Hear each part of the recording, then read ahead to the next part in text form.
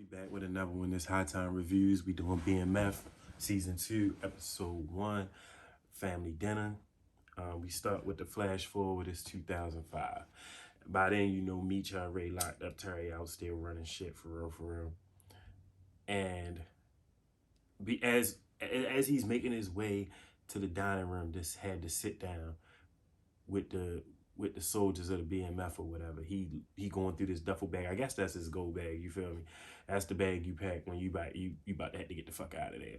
So inside the bag, he pull out a picture. It's a picture of young Terry and Lala's character. So he puts the picture, he gets all giddy off the picture. He puts the picture back in the motherfucking bag. Then he make his way to the motherfucking dining room. And then when you go out in the dining room, he got like a full spread out there. So he basically called all the soldiers in and he sit them down and he let them know, like, you know, we're going to eat good tonight because tonight could be the last time we see each other or any of that. While they down there eating, you know, he finishing up his toast. And sure enough, motherfucking Brian and the goons bust up in there. So, of course, you know, Brian is the bald-head black cop. So he busts up in there with his goons and shit. And he basically shut the whole dinner down. Basically tell Terry, like, nigga, what's up? Basically, I'm here. So Terry, like, nigga, you wasted 20 years chasing me and you still might not get. Basically tell him, like, nigga, I'm about to reunite you with your brother. How you feel about that? So, of course, he end up snatching Terry out and the rest of the crew. And then you get a flashback to the 80s, and it's basically, it looked like it's the Marvin Hagler fight, so I'm guessing that might have been 1980 something. So we up in Vegas, you got Meech up in Vegas, picking up a package for the nigga K9. Now, here's my issue. The nigga Earl is packing the coke on him, like, old school style with the fucking tape and the saran wrap and all that shit. So then Meech puts on the t-shirt over top of that and the nigga looks crazy. Like, legit looks crazy. And I'm thinking to myself, like, nigga, your stomach look frumpy as shit. Like, how the hell you think niggas not gonna notice you walking around with that shit? All right, whatever. Again, this is the 80s, so I guess it ain't no TSA or none of that shit. So I guess getting on a plane with that shit probably was dumbass easy. So the nigga Earl is the dude who was basically packing him up. So after he packs him up or whatever, you know, he basically tell him, like, nigga, you need to hurry up, you know, to fight tonight. And he like, nigga, don't rush me for no fight. I'm about my paper, you feel me? So Meech ain't worried about being in Vegas for no fight. He worried about picking that package up and getting his ass back to Detroit. So as Earl walks Meech through the casino, he basically point out all the big players that's there for the weekend. Not just for the fight, but to also make moves, business moves. For we get the intro, of course. Shit, fuck it. Fuck the intro. After that, we get Terry. Basically, Terry is there. It looked like he in driving school, but then I also know it wasn't like regular driving school. So I'm guessing it might have been something you had to take back in the day to be able to be a driver for, like, a business, because you know that's what Charles trying to start. First of all, let's just get on the fact that Charles was trying to use his settlement money to start a limo business. Charles. And it's crazy because when it all come down to it, he like one of the first biggest co-conspirators with that whole fucking... Let me just keep it moving. All right. So Terry in there basically taking his test. Got his motherfucking mans next to him. He just keep wrapping him up the whole time. And the teacher come through and snatch Terry test, basically. Basically snatches Terry test, tells Terry that he gonna have to submit it as is. Terry like, I'm not finished. He like, well, you are today. So in the next scene, you get basically Lucille and Charles. Now, the thing about Lucille and Charles is they've been on the outs because Lucille naive as shit. Lucille act like Meech and Terry can do no wrong. Or she act like she don't notice what be right in her face. Like, ma'am, your kids come in fly shit, flashy than a motherfucker. You may think that Meech is giving Terry money, cool, but you think he breaking them off like that? The man drive a Benz, bro. I'm talking about fully decked out Benz, fucking gold ass rims, tinted windows, top of the line. And you think this just, he just stumbled across that shit? No. The mother naive, the father ain't for the shit. They ain't got no romance. They up in some diner. The mother got on her Wendy's uniform. Charles got on his motherfucking whatever he do uniform. And you know, it's just no romance. And then Lucille basically looking at another couple from across the restaurant and basically wishing that was her and Charles. You feel me? Like, but it's gonna be a long way for them before they can get to that point, because she just won't stop being naive to her sons and what they do. Like, so after that, you know, Brian and them, I guess that she might be the sergeant or the captain or whoever she is. She calls the meeting for all the cops or whatever. They want to go over the Lopez murder because you remember Kato, dumbass. Well, look, honestly, Kato wasn't even that dumb for what she did, because she saved Meech, but she probably didn't think she was going to kill that cop. So, of course, they basically end up calling a whole task force meeting because they want to discuss that. They want to figure out who did that. They want to figure out where the gun is that connected to murders, which is J-Mo and fucking Kato. Mind you, that's B. Mickey gun. And if you remember, fucking Bryant pulled B. Mickey up and basically told him, either you work for me or I'm taking you down on the two bodies. So B. Mickey got to be watched. And then the captain, she introduced Bryant to his new partner, Veronica Jen. She looked like she gonna be some shit, man. She looked like she about to shake Bryant whole little world up. Either that or she gonna be just as bad as his ass. Like, just as bad. So in the next scene, we back at the high school or at like a rec center.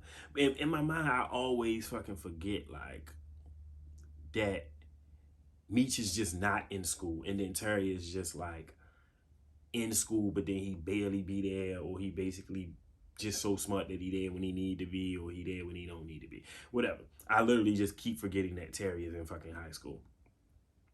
So they at the basketball game or whatever. Terry basically fucking pussy whipped off a Lala ass. And mind you, this not the first time we see her, because if you remember, they introed her in one of the episodes in the first season, but they just showed her. Like, I think they had walked into the little club where Woodhurst was their first connect, right? I can't remember his name, but he was their first connect, and they had walked into his little spot, or either that, or it was the birthday party. And they walked in and they seen her, and I think they said she was married to somebody. So, you know. So after that you get well, according to fucking Meech, him and Terry still not speaking either.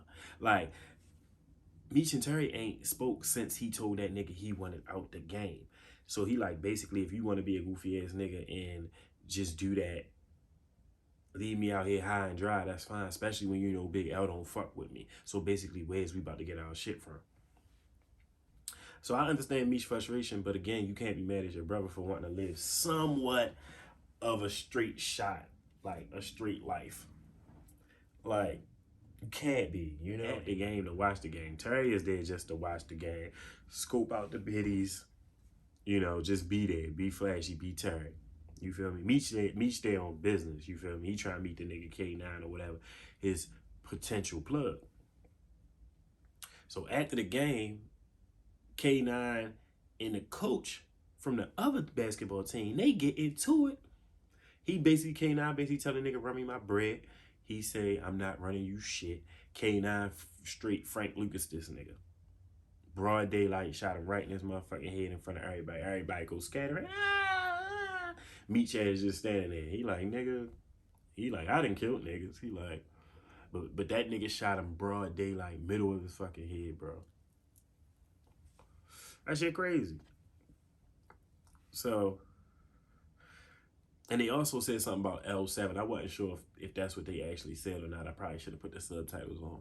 But I just want to make sure that that's no, like, Terry wasn't being affiliated with another type of crew. Terry baby mother, like, Wanda, you can't dip off with the man kid, come back and think shit gonna be sweet.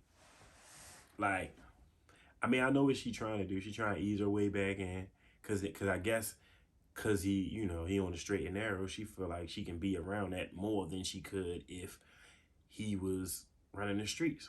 But it's like, Wanda, you let Lucille get in your ear when you was okay with being his ride or die. You was okay with reaping the rewards. You was okay with riding around in the Benz up until he caught that bullet in the eye. Right. Right. And Lucille got in your ear and set you straight. Like, so, I don't know what her plan is. She should have just stayed wherever the fuck she was at, honestly. So in the next scene, you got Veronica and Bryant. I guess they on a first ride around together, you feel me? So they riding around, and Veronica trying to build a connection with Bryant. So she basically ended up telling him about her childhood, and he like basically asking her like what made her come back to Detroit. And she like, I got promoted, you feel me? She like, she like, I love this town, you know, I'm from here, you know, like me and my sister, we basically grew up running the streets around here. So she's very familiar with Detroit. So she, like I said, he might have met his match with this one. She might very well be just as shiesty as his ass, yo. And then as they're driving, Bryant spots B. Mickey. Now, because you never actually saw what B. Mickey's answer was to Bryant proposition him with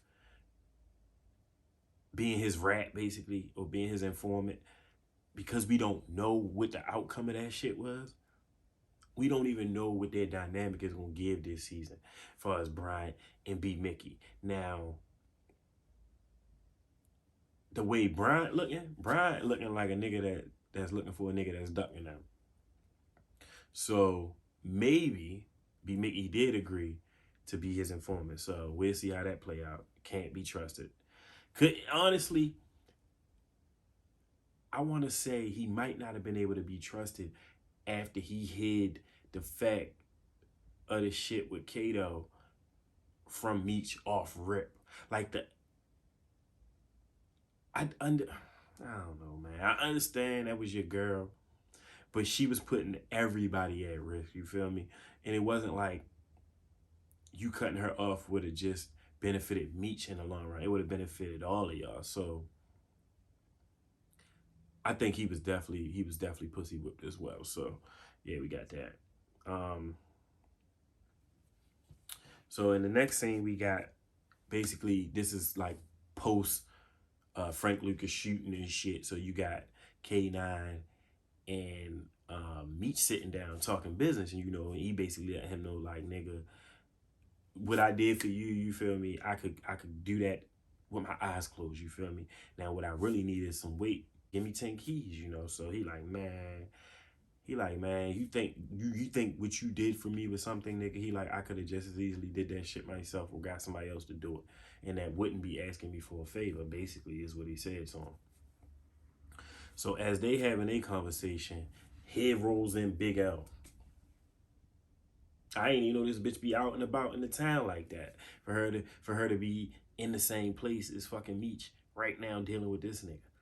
So, of course, she know K9. So I'm thinking to myself, well, Meech, nigga, your fucking deal, bro. Like, if these two know each other, you ain't getting shit. You're not.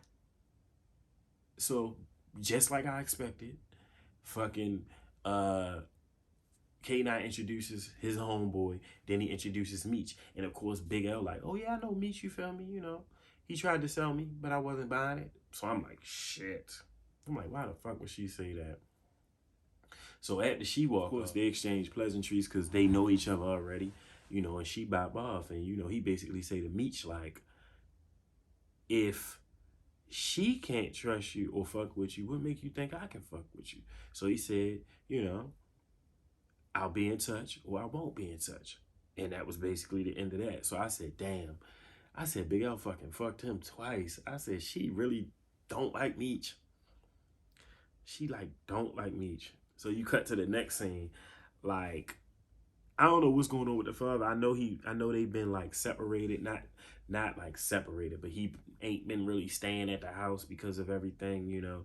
So they finally showed him up in the bed, and the father basically trying to get him something. And Lucille, like, she told that nigga, first of all, she said it was 10 o'clock in the morning. Get your asses the fuck up. And Charles, no offense, Charles, if you ain't getting none before 7, you're not getting any, probably. Let alone the fact that Lucille don't want to fuck you anyway, bro. So it's just like, just get up and get ready for the day. And I think she said they had to go to church. So it's the Lord's Day. Just get up and get ready. In the next scene, you got Bryant. Now, they never mentioned Bryant having kids. So I don't know why all of a sudden they felt like they had to bring this up or show this child. That leads me to believe they gonna kill him. They definitely gonna kill his son, because you don't usually intro characters or side characters or people's kids that really ain't gonna be like big to the show unless you plan on killing them. And yes, they probably gonna kill that man's son. So he walk in, the damn son basically about to eat a damn Pop-Tart sandwich. So he stops him. They end up having a whole conversation about the Pop-Tart sandwich. He basically tell him, like, nigga, go eat some of that fucking oatmeal in there. He like, you need some real food, you feel me? So when he go to stand up and turn around after going to the cabinet to get the oatmeal or whatever, he noticed his t-shirt. And he like, well, you know, you can't go out like that because your shirt all messed up. So he go to fix his shirt and he peeps the t-shirt. And he basically starts judging the son about a graphic t-shirt that he has on of a superhero or some shit like that. So Bryant start going off like, do you feel like this is appropriate for high school? Nigga, it's a fucking graphic t-shirt. Like, so I'm guessing the son must be having some anxiety about going into high school or whatever. And the father basically trying to tell him, like, nigga, I'm the toughest man around town. And you gotta have a little bit of that must have brushed off on you, you know? So I'm like, Brian, let the boy wear what the fuck he want to wear. It's a fucking t-shirt. Like, so he basically ends up asking him, can he wear it as an undershirt? Like, nigga, just button your shirt up and wear that shit to school. But whatever. I just think Brian, like, think his son not tough enough for Detroit. And again, the fact that they showed him leads me to believe that he's going to either be a hostage or a murder victim. Somewhere down the line in the season. So we'll see. So, and the fact that his son drew the design should have been what you should have been applauding him for, not whatever. So we got the next scene. We back at the record store. Because you know they got the record store last year, I guess, last season to clean the money. 12th Street niggas walk in and shit go left because the BMF niggas don't understand why, well, the 50 boys don't understand why the 12th Street niggas is even in there, you feel me? Dink and Nito go at it. Like, fucking, they start popping off at each other. They start running their mouth at each other. And then fucking Dink end up fucking plucking Neto. Isn't it even Nito, Neto, whatever the fuck his name is, you feel me? So, of course, yo, that took over last season at the Lamar Dipped or whatever. The nigga that took over the 12th Street boys, you know, the one Meech cut the deal with or whatever, take out Lamar. You know, he there. He got the motherfucking Pelly on. I said, yeah, they really pulled all the stops out for the styling. I said, I need that. He basically tell them, like, he propositioned them basically like, if we just make this one big unit, basically everybody come under one umbrella, we can fucking take over more territory as a unit and we can expand this way. They end up calling his bluff because they heard he ain't got no fucking drugs. Flat out. They straight call his bluff because they like, you don't have no drugs. Like, so you selling pipe dreams right now and we ain't buying them. So Meech basically striking out all over the fucking place. So in the next scene, you got you got the mother at work. Like I said, you know she still work at Wendy's. I don't even know what that's about. or maybe she back at Wendy's because she's not taking no more Meech money, whatever the case may be. So Meech pulls through in the drive-through. You know, she telling him about Sunday dinner, telling about Terry getting his limo's license. You know, she trying to invite him. He like, look, I'll try to make it. So he tried to slide her some bread, like a little 100, and she basically tell him like, no, I can't take your money. You feel me? I just think, as far as the mother situation, she's stuck in a rock and a hard place. Like, they her sons, they her babies. Like, first and foremost, Meech is her firstborn, so it's like for her, she don't want to do shit but protect them, and I feel like that's gonna end up being her downfall later on in the story. Like, the mother and the father, because I just think the father would go out his way to protect Terry. So I just think like, yeah, somehow, some way, the two of them gonna end up getting, you know, jammed up, the mother and the father. They was bagging on Nikki.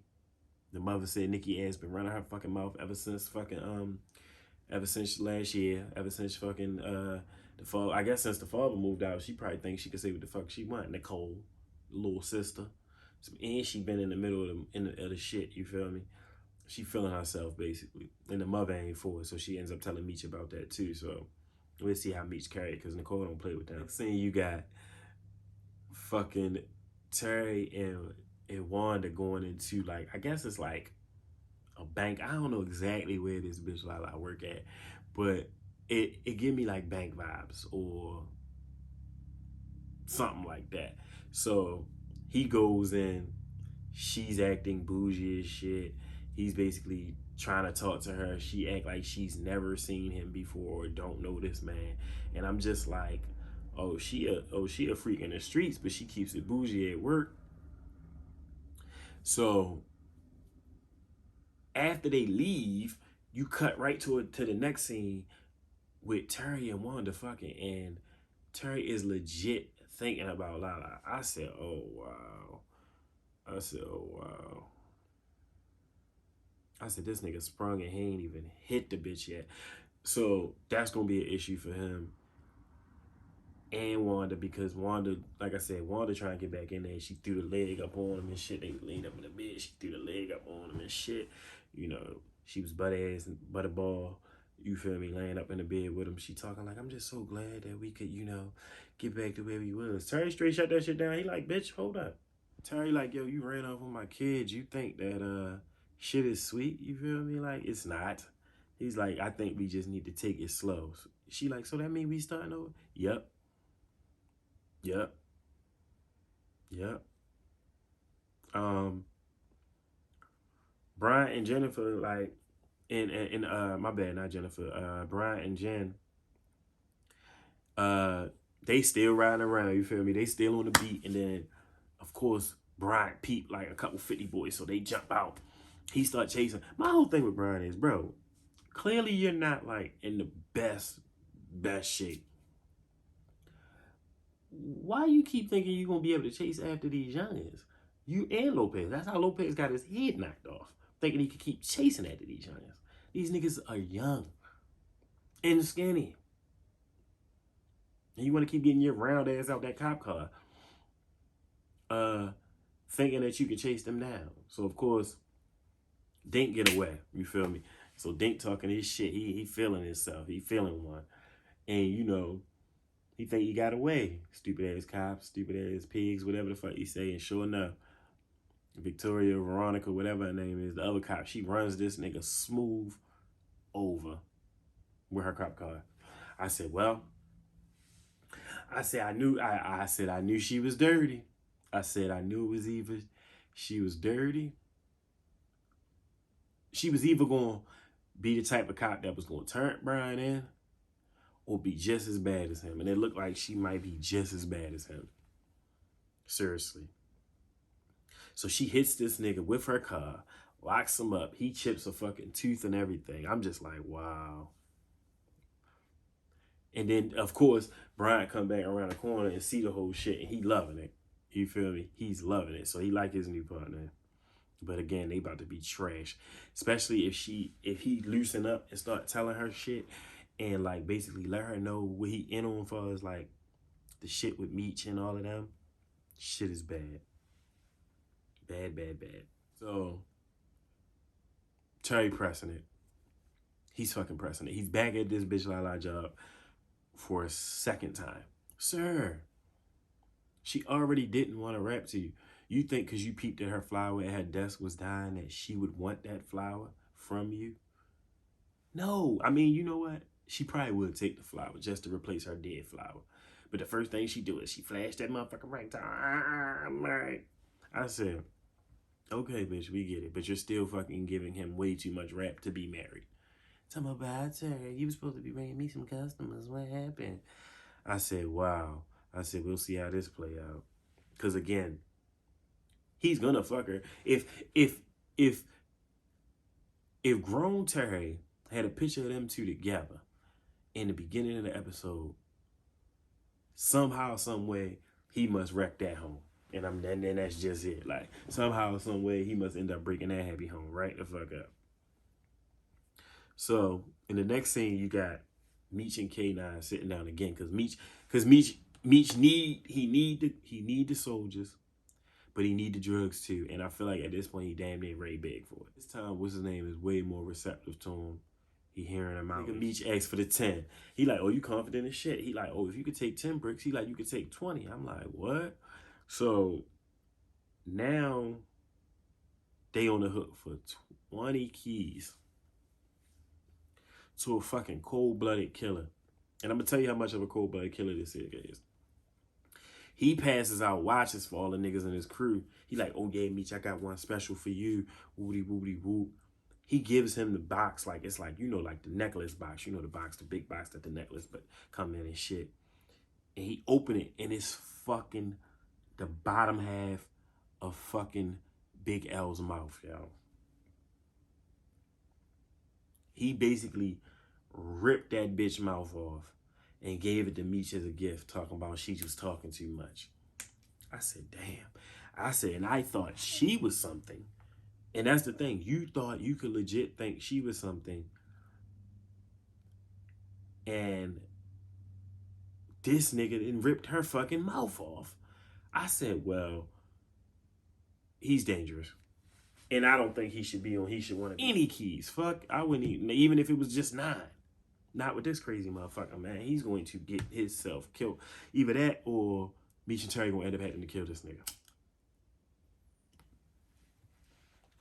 That's just how I see it.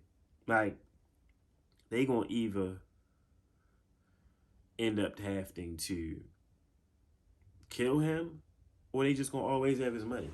But Meech need Terry. Terry is the mastermind. Terry is the mastermind behind everything. So, after he pass out the gifts or whatever, you feel me, Meech leave, because, you know, he get his package or whatever, so he leave. He calls the limo service. So he called his father and his brother limo service, and of course Terry ends up picking him up and shit. So he hops in the back of the limo. It's fucking Terry driving. He like, what the fuck you want? He like, nigga, he like, I called the service. He like, I needed a ride. So he gets in the back. He starts letting them know, like, look, nigga, I just got 20 keys from this nigga K9. And he like, Terry was there when the nigga got shot at the basketball game. Terry was there. So Terry like, nigga, is it a good idea to be fucking with this man? Really? He like, what the fuck you think you gonna do to us, yo? What the fuck you think you gonna do to us? It ain't even no reason to think about it, because he already told him. He said, nigga, you don't get my shit, you're gonna die. I said, he's in the limo with Terry. They talking about it, and Terry basically still tell him, like, nigga, I'm still out. So he don't take him all the way where he's supposed to go. He drives that nigga like down the block and then kicks him out the limo. Fucking Meech throw a handful of money at him, like, call him a broke ass nigga. I said, yo, these niggas is wildin'. So be brothers, yo. Not throw the stack of bread at him and call him a broke ass nigga. So you got Sunday dinner and shit. 2 things happen at the dinner that I thought was crazy. Charles threw shade at Terry when he was praying. And Terry literally tried to re-gift that fucking flower to Wanda that Lala didn't take. I said, this motherfucker. I said, Terry. I said, a true fucking player, y'all. He a true player. Now, when shit went left was when Nicole thought it was cute to pop off at her mother talking about that. Why she worried about her when she knows she only worried about Meech anyway. The mother, Lucille, slapped the dog shit out of her. Like, the dog shit. And honestly, nobody reacted as if it was child abuse. Nobody. And I don't even know if that's a good thing, but I guess, or a bad thing. But back then, I guess it wasn't considered child abuse because she dogged her and the father was just like, go to your room. And all of this happened over some lip gloss. And it was probably Wanda's fault. And Wanda sat there and let her get her ass slapped. And it ain't safe. Don't slap that girl. And Lucille, that wasn't right. Had we all just done a tad bit of research, we'd have known that Lamar ass was still alive. Because Lamar's not dead in real life. That. He ain't woke though. They basically got him documented on paper saying that he dead. And he's fucking not even dead yet. They basically like waiting for this. He's like in a fucking coma, Lamar. So Bryant tells fucking Veronica like, yeah, we keeping him like this just so that if he decide to wake up, we can find out. Maybe he'll tell us who shot him. I said, oh my God. I said, not stop the rain. They gonna have to cut his water off, man. Man, all right, so Meech basically missed the dinner because, you know, he wanted to mix up the two crews. So I guess the 50 Boys is done and the 12th Street niggas is done. It's just all just one crew. For Detroit, basically. And then, like I said, they gonna expand. And, you know, that's all you can do. I mean, now that he got to figure out a way to get rid of 20 keys. They ain't gonna be able to do that in fucking Detroit alone. They not. So I mean, that's the whole thing. So we'll see what happened with that. You go back to the Sunday dinner or whatever, and you got Lucille and Wanda in the kitchen talking. And they chit-chatting. And you basically see them kikiing by the sink and shit about the collusion that they think they pulled off with snatching Terry's son and forcing him to fucking run off away from the game. Well, not run off. Well, basically snatch. So what happened was Lucille and Wanda came up with a plan to take Terry Kidd, thinking that was going to force him out the game, which it kind of did, you feel me? But what they didn't know was that Terry overheard them when they was laughing about the shit, talking about it. So he basically said to them, oh, y'all basically set me up. And then Charles stood up, and I couldn't even believe. And you know what? And I shouldn't be surprised because the father wanted him out the game too. So I shouldn't be surprised. And the father stopped him when he was about to snatch Wanda up when she tried to take the baby too. He said, you can't do that. You can't do that. I said, oh my God. So basically, all of them set fucking Terry up to get him out the game. Talking about we lost Meech already. We not ready to lose you. Sir, he's gone too. Charles and Lucille, that boy gone. So I'm going to just let y'all know Terry about to be back. Okay? Get his big ass chain. Get his little suit. Get his little glasses because he's back. Okay? After that, you get back to Meech, like, you know, saluting everybody, you know, talking his shit. Basically, he ends up fucking promoting B. Mickey to his right-hand man. I guess that's because he think it's still about to just be him. So he basically promotes B. Mickey to his right-hand man. And all I can think is, nigga, why? Why? Because just like I fucking suspected, right after that scene, right after he promoted this man, called that man fucking family, B. Mickey goes home, Brian is sitting in his fucking living room. Not his living room, his basement room. Sitting in there. He like, nigga, how you get in here? He like, nigga, I'm the popo. I can get in anywhere. I'm like, shit, nigga. Like, what you got on me? Like, He like, nigga, I gave you Kato. He like, nigga, you not about to give me a murder that you committed, and I want Meech. So I'm like, shit. So now he want B Mickey to apply more pressure. So this shit, B Mickey ass gonna end up dead, man. B Mickey gonna end up dead, and it's not gonna go well. And I'm not happy. I'm not happy that they had to play B Mickey out like that. But I kept thinking to myself, why the fuck do this nigga keep this gun? Like, and then he thought that little stash spot in his car was really it, though. He really did.